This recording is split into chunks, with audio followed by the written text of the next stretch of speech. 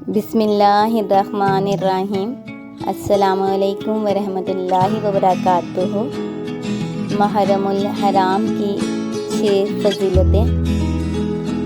کائنات بنتے ہی اللہ تعالیٰ نے محرم کو حرمت والے 4 مہینوں میں سے ایک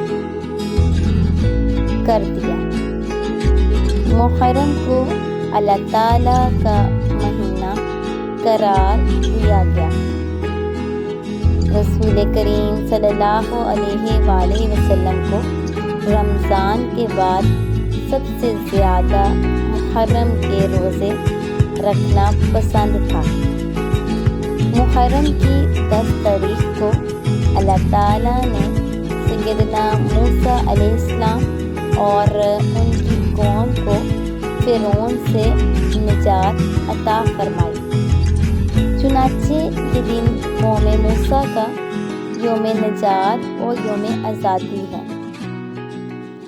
عاشوراء یعنی 10 محرم کے صرف ایک روزے سے پورے سال کے گناہ معاف ہو جاتے ہیں۔ سبحان اللہ۔ رسول کریم صلی اللہ علیہ وآلہ وسلم نے 7 نویں محرم کا روزہ رکھنے کا بھی عزم فرمایا، مگر زندگی نے وفا نہ کی۔ یہ بات بھی ذہن نشین کر لیجئے۔ سیدنا عمر رضی اللہ تعالی عنہ نے اسلامی تقویم کا آغاز فرمایا تو نئے اسلامی سال کا آغاز بھی محرم کے مہینے سے ہوا۔